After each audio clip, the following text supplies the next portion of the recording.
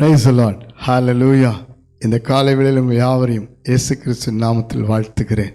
மீண்டுமாக தேவனுடைய வார்த்தை ஆசீர்வாதம் மன்னா மூலமாய் உங்களை சந்திப்பதில் மகிழ்ச்சி அடைகிறேன். பிரியமானவர்களே, கர்த்தருடைய வார்த்தையை நாம் ஒவ்வொரு நாளும் கேட்கிறோம். ஒவ்வொரு நாளும் கர்த்தர் நம்மோடு பேசுகிறார். உங்கள் வாழ்க்கையை நிச்சயம் மேன்மையாய் மாற்றுவார்.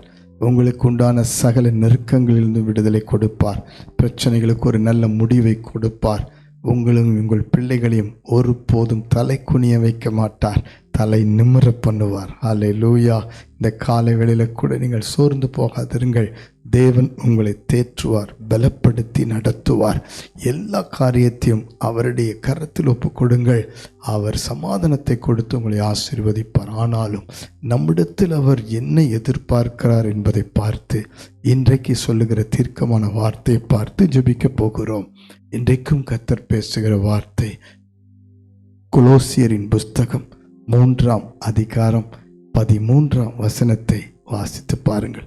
ஒருவரை ஒருவர் தாங்கி ஒருவர் பேரில் ஒருவருக்கு குறைபாடு உண்டானால் கிறிஸ்து உங்களுக்கு மன்னித்தது போல ஒருவருக்கொருவர் மன்னியுங்கள் என்று கர்த்தர் சொல்லுகிறார். ஹல்லேலூயா, ஹல்லேலூயா. அப்போஸ்தலனாகிய பவுல் அந்த கொலோசிய சபைக்கு மிக நேர்த்தியாய் கடைசி காலத்தில் ஜனங்களுடைய புத்தி, ஜனங்களுடைய சுபாவங்கள் எப்படி மாறிப்போகும் என்று சொல்லி இந்த 1ஆம் வசனத்திலிருந்து பேசிக்கொண்டே வருகிறார். பாருங்கள், நல்ல சுபாவ அன்பில்லாத கூட்டமாய் மாறும். இந்த கடைசி காலத்தில் ஒருவரை ஒருவர் மன்னிப்பது மிகப்பெரிய ஒரு கஷ்டமான முடியாத காரியமாய் மாறிவிட்டது. பாருங்கள், அவருடைய குடும்பத்திலே பார்த்தால் கணவனை மன்னிப்பதில்லை, அதே போல கணவன் மனைவியை மன்னிப்பதில்லை, பெற்றோரை பிள்ளைகள் மன்னிப்பதில்லை, பிள்ளைகளை பெற்றோர் மன்னிப்பதில்லை, சொந்த பந்தங்களுக்குள் பிரச்சனை, ஒருவர் மன்னிப்பதில்லை. இன்னைக்கு எங்கு திரும்பினாலும் சமுதாயத்திலே, சபையிலே மன்னிப்பு என்ற வார்த்தை வெகு தூரமாய் மாறிவிட்டது. பிரியமானவர்களே, ஆகவே நாம் தேவனுடைய சுபாவத்தை வெளிப்படுத்தாவிட்டால் நமக்கு தேவனிடத்திலிருந்து எந்த நன்மையும் பெற்றாலும் அது மற்றவர்களுக்கு ஆசீர்வாதமாக இருக்காது. இன்றைக்கு பாருங்கள், சண்டைக்கு, பிரிவினைக்கு, வாக்குவாதங்களுக்கு, பிரச்சனைகளுக்கு முடிவே ஒருவரை ஒருவர் மன்னித்தால் முடிந்து போகும். ஆனால் மன்னிக்காதனால்தான் இன்றைக்கு அநேக குடும்பங்கள் பிரிந்து, கணவன் மனைவி பிரிந்து கோர்ட்டு வரைக்கும் கொண்டு போய் விடுகிறது. பிரியமானவர்களே, பிள்ளைகளுக்கும் பிள்ளைகளின் பிள்ளைகளுக்கும் தலைமுறைக்கும் விரோதங்கள், பகையை நாம் இன்றைக்கு பார்க்கிறோம். மன்னிக்காத ஒரு சுபாவம் தலைமுறைகளை பிரித்து விடுகிறது, கோபத்தை தூண்டி விடுகிறது, அந்த ஒரு பிடிவாதத்தை, அந்த ஒரு சமாதான உறவை, ஒரு அன்பின் உறவை கெடுத்து விடுகிறது. பிரியமானவர்களே, இன்றைக்கு கர்த்தர் உங்களை பேசுகிறார் என்று நான் விசுவாசிக்கிறேன். ஒருவேளை உங்களுக்கு அநேக ஆசீர்வாதங்கள் காணப்படலாம். இந்த நாள் வரைக்கும் தேவன் உங்களை உயர்த்தி இருக்கலாம், உங்கள் பிள்ளைகளை உயர்த்தி இருக்கலாம், உங்களுடைய குடும்பத்தை ஆசீர்வாதமாய் மாற்றி கொண்டிருக்கலாம், உங்களுடைய வேலையை, உங்கள் பிஸ்னஸை எல்லா விதத்திலும் உயர்த்தி இருக்கலாம். நீங்கள் கர்த்தருக்காக நீங்கள் வாழ்ந்து கொண்டிருக்கலாம், ஊழியம் செய்து கொண்டிருக்கலாம்.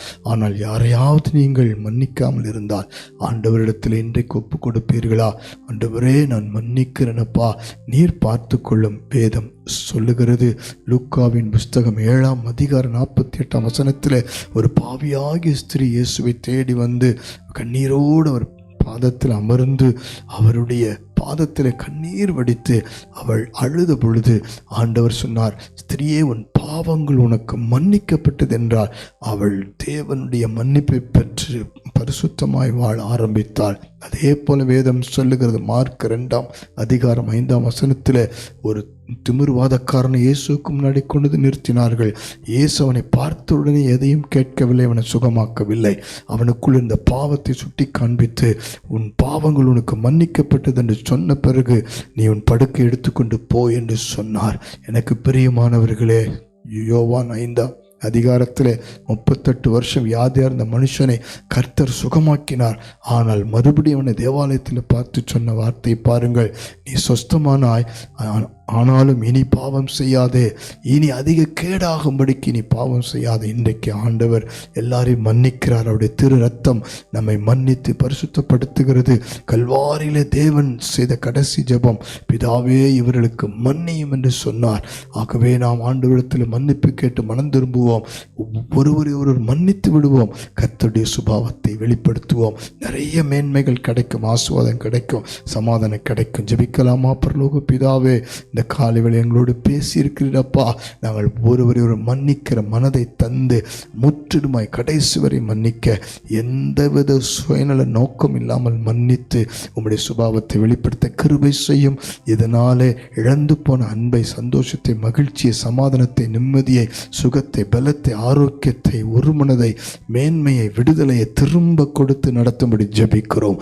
நீர் அப்படி செய்வதற்காக நன்றி. ஒருவரை ஒருவர் மன்னிங்கள் என்று சொன்ன வார்த்தை முழுமையாய் ஒவ்வொருக்குள் கிரியை செய்ய நாங்கள் ஜெபிக்கிறோம். கர்த்தரின் நாமம் மகிமைப்படட்டும். ஆசீர்வதியும். இயேசு கிறிஸ்து மூலம் ஜெபித்து அர்ப்பணிக்கிறோம் ஜீவனுள்ள நல்ல பிதாவே. ஆமென், ஆமென், ஆமென். God bless you. ஒருவர் ஒரு மன்னிங்கள், ஆசீர்வதிக்கப்படுவீர்கள்.